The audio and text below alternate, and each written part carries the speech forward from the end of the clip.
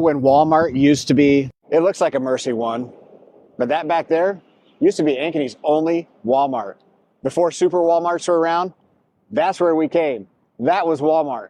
Back in the 1990s, Ankeny was a different town. And now we got a super Walmart on the southeast side of town.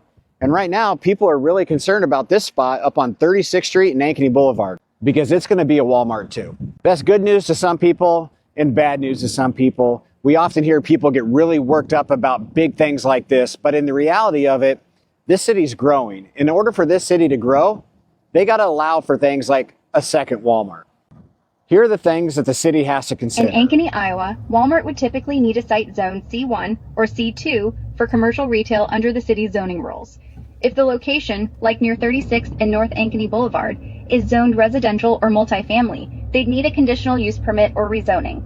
The Zoning Board of Adjustment, per Chapter 197, reviews requests, possibly granting exceptions for setbacks or parking. Public hearings are common, with concerns like traffic often raised. An environmental or traffic study might be required, and the City Council usually has final say. Check Ankeny's zoning map in Chapter 197 for the specific parcel's rules. But at the end of the day, the city's got to make the right decision for the city and for the city's future. And having a retail company or a super Walmart on the north side of town is going to be super advantageous to the growth of the city, because it's going to grow north, it's going to grow east, and it's going to grow northwest.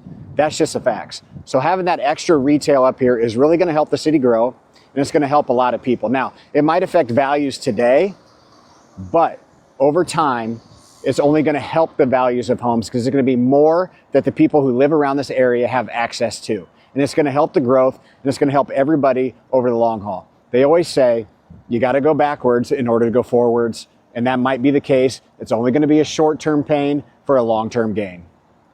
But I would love to know your thoughts in the comments. Throw them in the comments. Let's hear what you got to say.